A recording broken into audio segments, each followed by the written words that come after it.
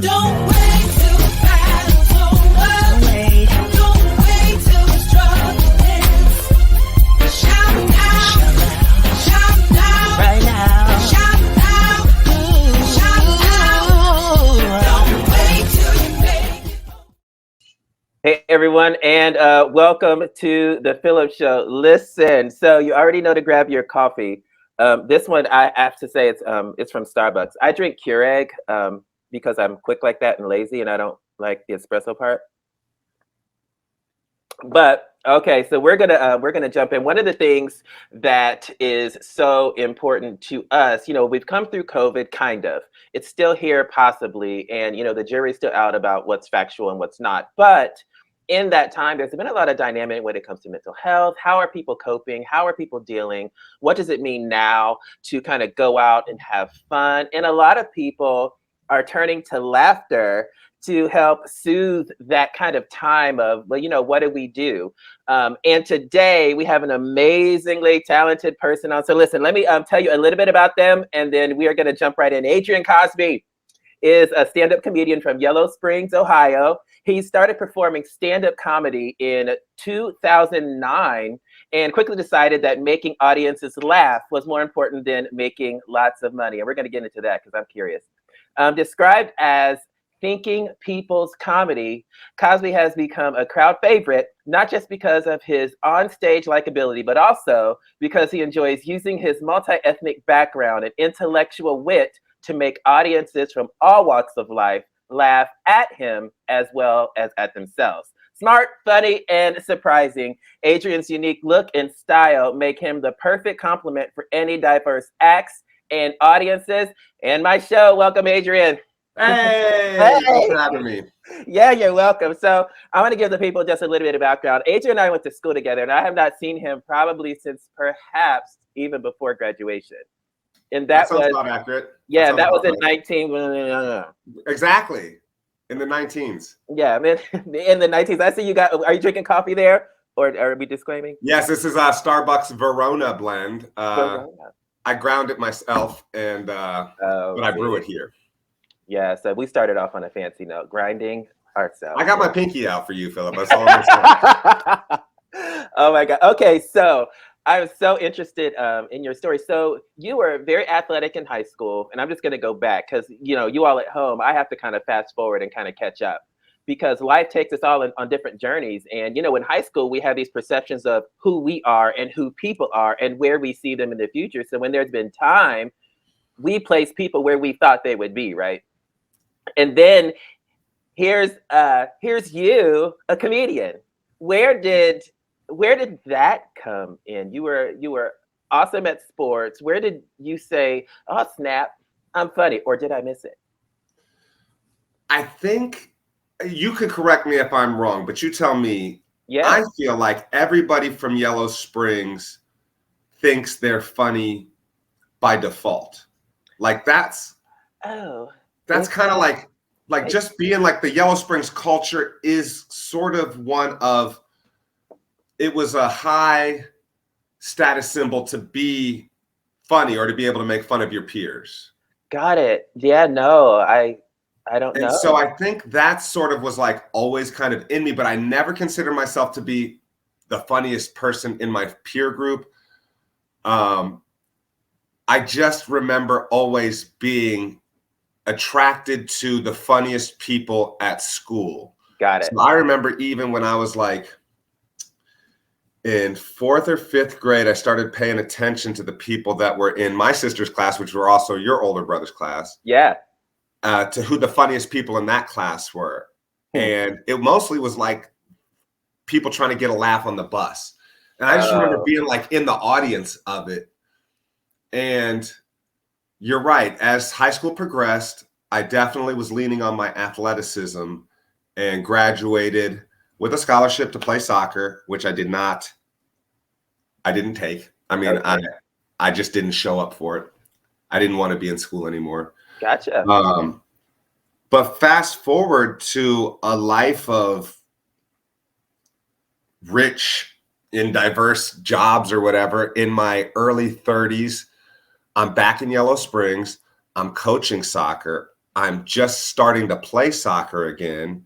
Oh, wow. And through this kind of exercise of just doing what I love, I found comedy when I tore my ACL and I could no longer play soccer. And at that point, I'd been playing soccer on I was playing soccer like a comedian should be chasing comedy. At the point that I tore my ACL, I was playing indoor soccer in the winter on 5 different teams. So you were pursuing soccer.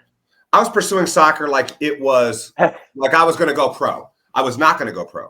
I was in my early 30s. I'm gonna be honest, Phillip, I was playing the best soccer I've ever played in my life, but I was like at 30 without a lot of damage to my body. I was kind of prepped. I was kind of peaking. Sure. And I was playing with like these guys who all played in college and I was playing with the best players I'd ever played with. Yeah. When I tore my ACL, life just kind of stopped. I saw this ad for improv on Facebook. It was like an improv class at a community center. And I was like, okay. I signed up for it. I was right there. What was enticing about that? Because it seems like to this point, being on stage wasn't really like, and I know that in sports, you're literally on stage and performing, for people. And I think sometimes people don't really understand the theatrics sometimes of sports. That's a great point. That's a great point. So in soccer, I was a goalkeeper. Yeah. And even in high school, you know me, Phillip, I was a little bit extra. Even in high school, I had my name on the back of my jersey. Nobody else had that. You did. I was performing. I needed them to know who was on stage at that time. And we did. I always had a performer's mindset in that regard. And I wasn't, not to toot my own horn, but I remember probably around my junior year, I started having parents come up to me after games from the other team and say, I just want to shake your hand. I feel like you're going to go somewhere. That was a really good game, or just something like that. And that's when I started taking kind of a performance aspect into the soccer. And I think finding that again in my 30s, I started realizing that was happening to me after soccer games too. People were like, I can't believe you made that save or whatever. And it just felt like natural. So then when I tore my ACL, I was kind of going crazy. And I always knew I wanted to try comedy.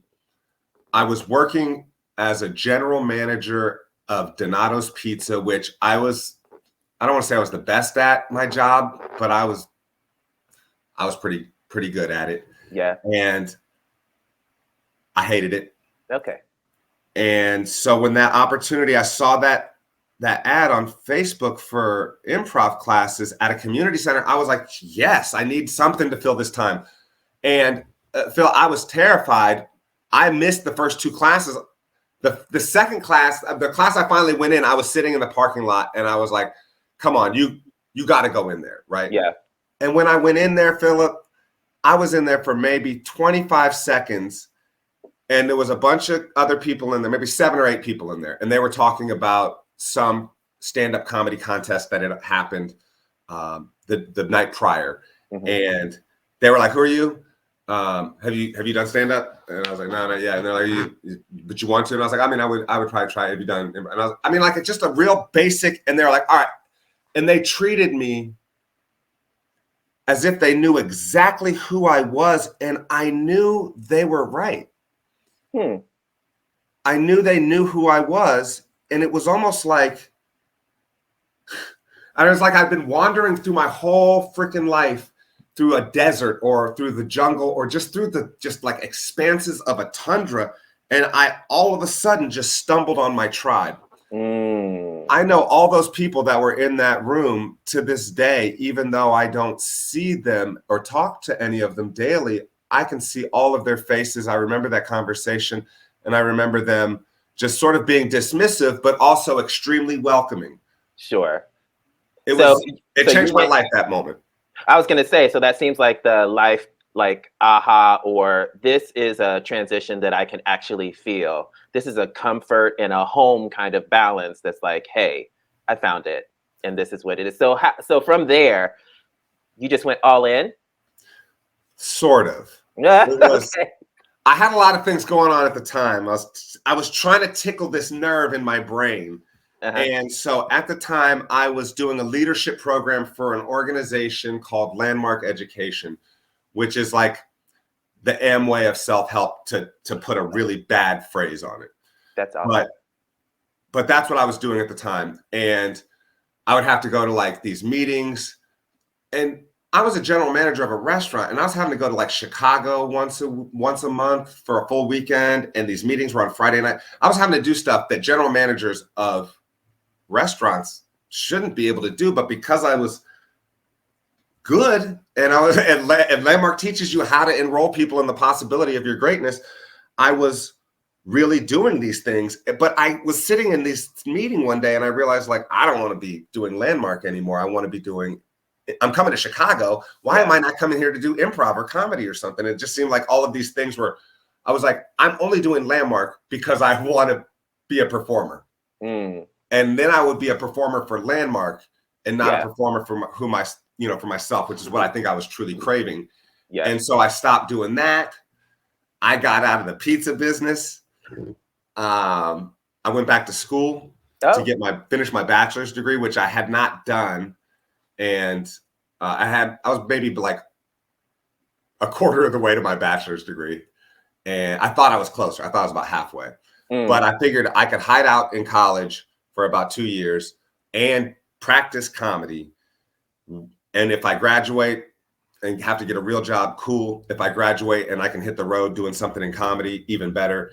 And it took me a little bit longer to get my bachelor's. It took me about 3 years. And and even when I started going to school, I didn't even start really pursuing comedy like I should have for about another year. And, but when I did, it was when my improv troupe finally convinced me to try stand-up. And I was pretty resistant to it. I was like, nah, I'm good. I like this improv. I like you guys. And that was after I had just watched them all perform at an open mic, and I thought they all did fantastic. Oh, wow. And they were like, no, you're going to sign up tonight. And I was like, no, I'm good. And they're like, no, we're not really asking. We're telling you. And they're like, and it doesn't have to be like next week, but this is the guy that signs people up. His name's Jack, and you're going to pick a week, and we're going to help you. Wow. And the guy that said, we're going to help you, it was like, that was the final aha moment. That was like this big weight on my shoulders had been lifted, and suddenly my spine was straight, and I was able to walk with my chin up. Yeah. Because I didn't know that my whole life I was waiting for somebody to say they would help me with comedy, because that's what I really needed. Even if I didn't, that's what I thought I needed to hear. And what's amazing about him saying that, Philip, is that at that moment, and even to this day, I don't think that guy likes me very much. Oh, no. But it doesn't matter, because I think he loves me in comedy. Did you feel like at that moment, in a way that you felt seen? That's probably the umbrella. But in a way, I felt like somebody was saying to me, I believe in you. And I think that's a form of being seen. But it was like so specific to what I needed in my soul to really progress past the point that I was at. That was life-changing. And to be honest, they did help me. And when I did my first open mic at that same club that I watched them perform at, I had like the performance of the night.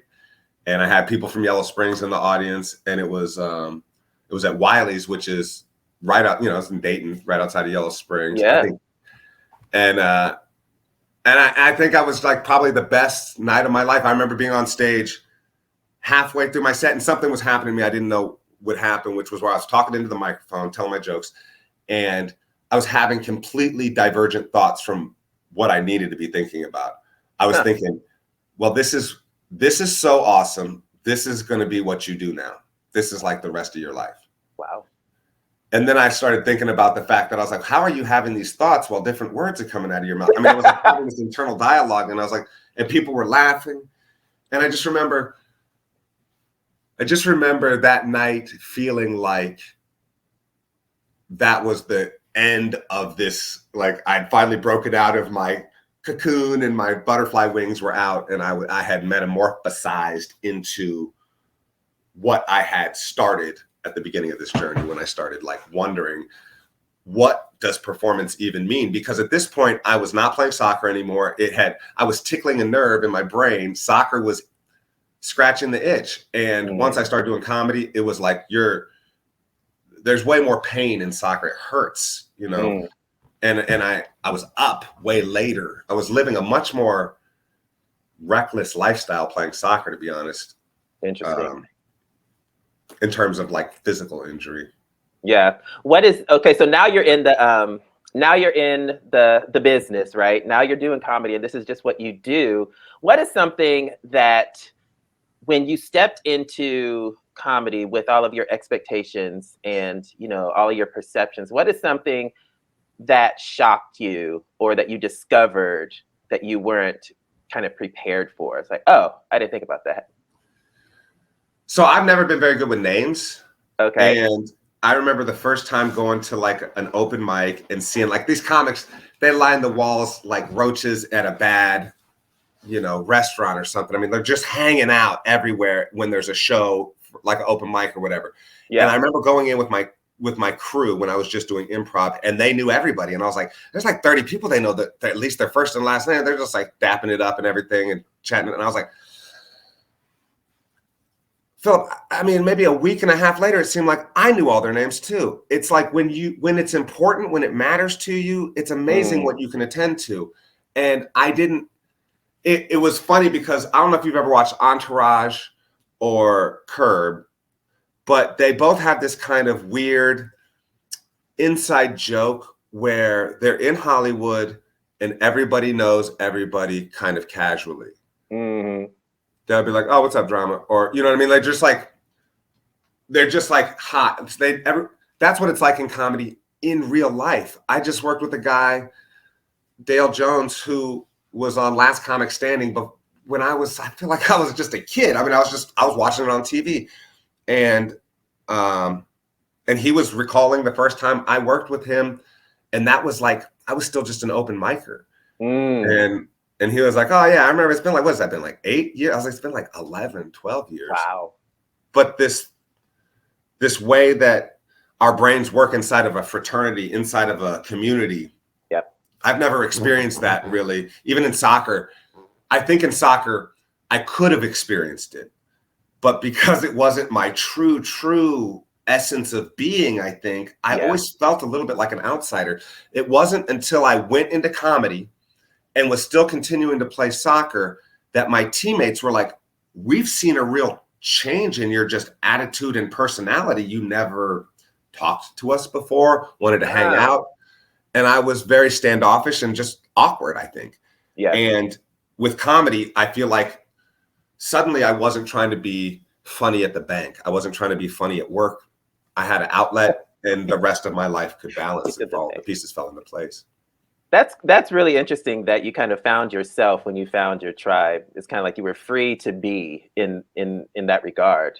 And you you use your ethnic background a lot in your comedy. Is that correct? Yeah. It's probably like and what I would say is like, that's a big part of it, because I think growing up, part of what like has me identify with comedy is everyone thinks like comics are damaged and comics had like a mental health issues, and which is probably true. We all are damaged and have mental health issues. Humans do. And I think sometimes I suffer from this thing where comics look at me and they say, you're so confident and in shape, whatever, just different things that they would think, why are you doing comedy? All these other comics, looks like their life's falling apart and they're hilarious. The thing is like, my damage happened when I was real young, you know, and I carry this like need to be liked and this idea that if I perform and make people laugh, I'm whole and complete. Sure. And I know that's not true anymore, but it doesn't stop me from getting a huge rush from it. Sure. I don't even know if that answers the question, but. No, it definitely does. Do you think that is that still carries over. Do you think that still carries over? You said that you were damaged when you were young, but you're still kind of, it's a process. Dealing with things like that it's kind of a process, right? Right. So I would say prior to the pandemic, I thought I was like, comedy was my therapist. Comedy was my real relationship. Comedy was my best friend, my life. Mm-hmm. And then everything stopped. And I honestly thought if that had happened, I thought I was going to die, like, without comedy. But when something bigger than comedy caused, it's like when I tore my ACL and I couldn't play soccer anymore and my life had to change. My life did change, and I found a way to scratch the itch. And I realized that I kind of went back to my roots and just realized that, like, I've always been a funny person, because I always took getting a laugh seriously. And it feels good to get a laugh from one person, for me, as much as it does to get a laugh from 500 people at the same time. So if that's what I'm up to, it doesn't really matter how many people I'm performing for. I got really in touch with my ego in that part of what was so awesome about being a comic was telling people I was a comic or posting about being a comic, like the social media hype. And when the pandemic happened, and it was like, I realized, like, I didn't enjoy seeing other comics performing, not because I was like, how dare you perform or anything like this. It's just like, I'm not getting to do it. And I was missing it. So it's like, let me just back up off of social media, because I started to realize that, like, a lot of it for me was, at that point, was like feeling bad. Like, oh, these people are actually having a good time. And I'm just like sitting here. Yeah. And so that kind of changed my whole perception. And so now I'm still doing comedy as much as I feel like I want to, which is less, but it's like so much more specific. It's like, before I would say yes to everything. It was kind of being like okay, so here's a great analogy. Before I was like a street walking prostitute who is like, want a date. And now I'm like a high price escort. I was about to. People call me. I'm not really making any calls right now. People are calling me. Well, that's good. And do you do comedy full time? That's like a subjective. Is that all you do, I guess, is the question. It's all I'm doing right now. Yeah. Got it. So by full time, that is definitely subjective. Is that yes? And it's also one of those things where it's like, I do some other things to bring in money, but lately comedy has been a lot better, a lot more regular. And even inside of that, I'm still exploring other opportunities. In fact, I have some interviews with some corporations, just because, Phillip, I've just been like feeling for probably the last 4 or 5 months, even with comedy picking up, that I could be doing so much more with my life and my time. And I also feel like I owe it to myself to see what comedy has taught me in the real world, because comedy is very insulated in that, like, when I was really in it, all I did was talk to comics and comedy managers and booking agents. So it was like, I didn't know what people were dealing with at their jobs. I didn't know what it was like to, like, have to sit through a meeting or anything like that. I just remember my last experiences with it. And so now I'm like, really what the pandemic taught me was, like, how to not overspend.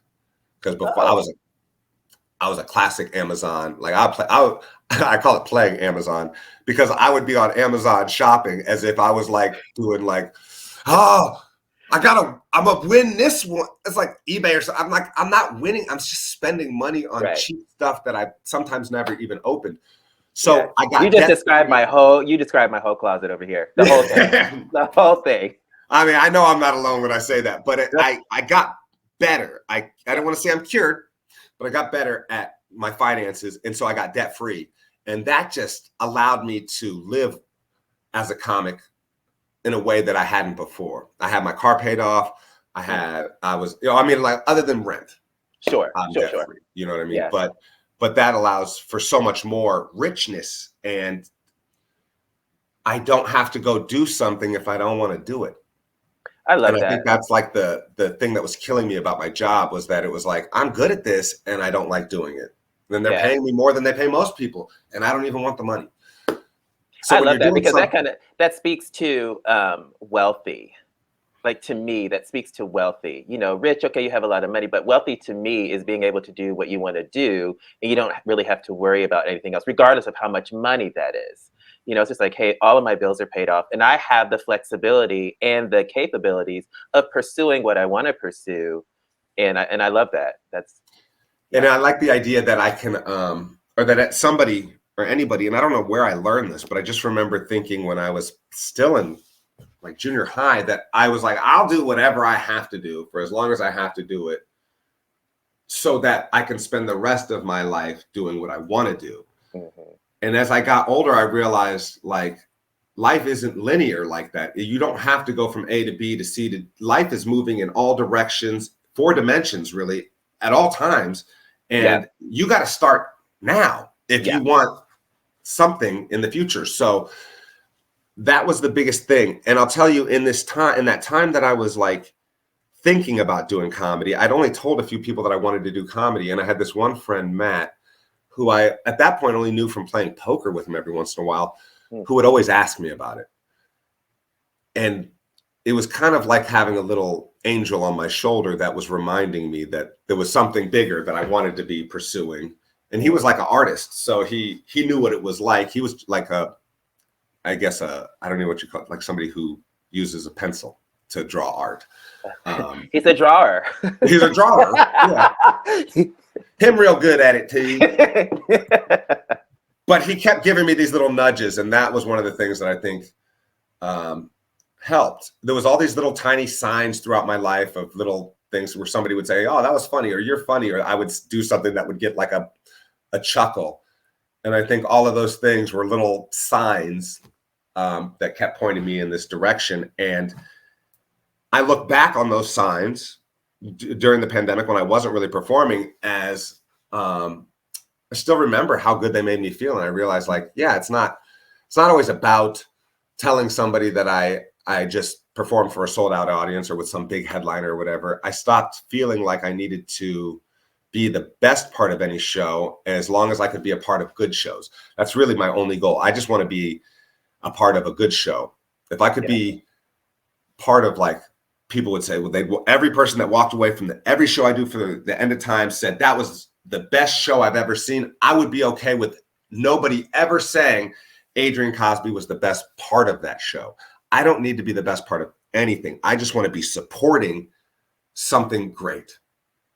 If somebody were to come to one of your shows or did come to your shows and had a takeaway, what would have made that show great? What is somebody to expect from you?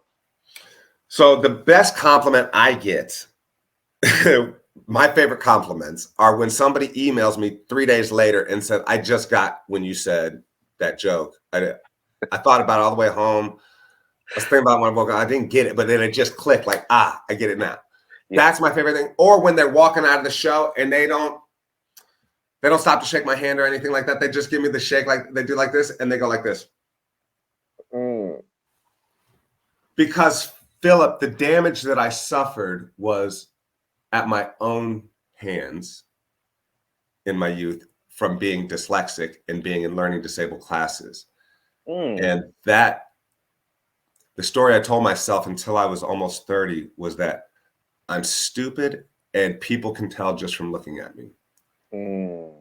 And that's because we were in a small school. Everybody knew I was in that class. And to be honest, I don't think anybody cared, but I cared. Yeah. And I knew I didn't want to be in that class. I didn't want to be singled out like that.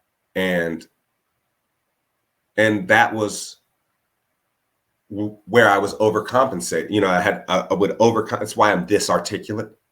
I mean, my parents are articulate, but I'm this articulate because I could not be mistaken. Oh, sure. Somebody that was in those classes when I was outside of those classes. And so you worked very hard not to be seen that way anymore. Or even in your mind. You worked very hard to relieve yourself of the perception you were giving others of seeing you that way. The thing is that it never really connected. Like when I think about it rationally, I'm like, if I was going to work really hard, I would have been reading books. But I had like a phobia about reading because of my dyslexia. So it was like, I was a fast learner. And I learned a lot of different strategies for learning outside of reading, but I'll tell you this, Philip, I graduated. I have a bachelor's degree, an associate's degree. I have a high school diploma. I never read a book in college. I never read anything that was ever assigned to me. I've probably read 20 books in my life, but I never read a single book that was assigned to me by a professor or a learning institution because of my fear of reading. Well, how did you get a degree? I paid attention in class. That daggone paying attention. Yeah. I really listened. And there would be some times where I would read parts in class, where we would do some reading in class, but I never took a book home, like Catcher in the Rye, The Great Gatsby, all these other, the books I read. The first book I ever read was a book called Ed Rosenthal's Marijuana Grower's Guide. I don't know why I thought it was, but it was something I was interested in at the time. And I read it from cover to cover. And it was given to me by somebody we went to high school with after we graduated. And that was the beginning of me feeling smart. I understood the concepts in the book. I understood biology and botany. I mean, I just understood it in a way because I wanted to. And so that led me down a real interesting path through my 20s. But that was the first book I ever read. And then the books I read after that were about playing poker. And then I've read some books about comedy. Wow. So how do you feel about you now? How do you feel about Adrian now? Man, I have never been happier in my mental health. Okay. I feel like I spent a lot of time trying to get to a place where I was being honest with myself so that I could be honest with other people. And I didn't realize that I had been telling a lot of lies to myself just so I could try to be honest with other people. And I think that's common for a lot of people. I even tell my LGBTQ friends that for me, comedy was a coming out, so to speak, in that I did feel some pushback. When I would tell people I'm quitting my job, I'm going to go pursue comedy, they would be like, "You're not even funny." And so it was something I was contending with. But now I don't question any of those things that I was worried about back then. I am still dealing with all of, as we all are, reminding ourselves that we're loved, we're beautiful, and, we're humans on this planet just trying to make it through till tomorrow. Yeah. But the best thing that's happened since, I guess, we last knew each other was that I think when I was in high school, I couldn't even see past the tip of my nose when it came to like what I said and what I did and how it affected other people. And now I feel like I have inspiration inside of me. And when it's really working, I feel like I can shoot it out of my fingertips like a superpower to people. And I want to do that. And I wasn't aware of anything like that when I was young. That's powerful. I'm thinking back to being young, and I think a lot of people can resonate with on both sides of the story, people going through their own thing, as well as people realizing that you're in the same space with somebody that's going through something and you have no idea. Your perception of them is totally different. Your perception of you in high school, and probably even you, as you continue to in your 30s, your perception of yourself can be very different than how other people perceive you. I didn't perceive you, like we're talking about high school. It's like, nah, that's Adrian, dude. What?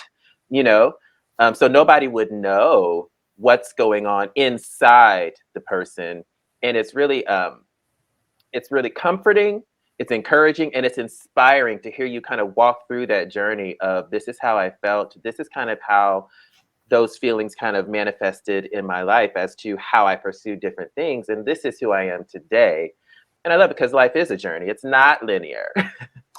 And it is about the journey, right? It's not about because I've had times when I felt like I had arrived or like it's like, so in comedy, I would get through these doors sometimes. Like the first thing, once you start doing comedy, the first thing is like, I want to get paid to do it. I want to do some paid shows.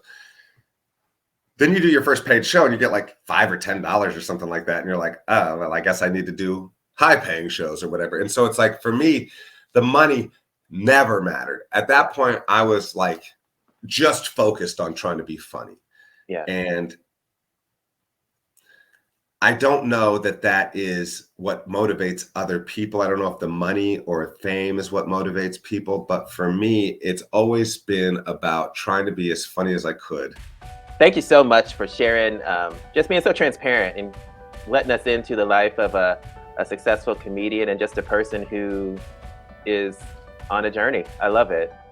I don't want to brag about being happy, but I made that my goal.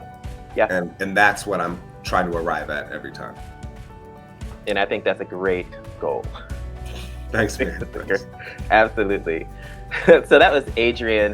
What an inspiring story. And one of my takeaways is kind of, as I said, in the show, we can be present with people. We can see what we know of their journey, but everybody is on a very unique and specific journey, on a course for their life. And our lives are really all about discovery. Each person is unique. Each person's story is different, and we all have one. So I hope that you got some great inspiration today. Make sure you check Adrian out, and I'll make sure I keep you updated with all of the info about him. And as usual, thank you for joining me. And you are the best you in the world. I will see you next time on The PHILLIP Show. Don't wait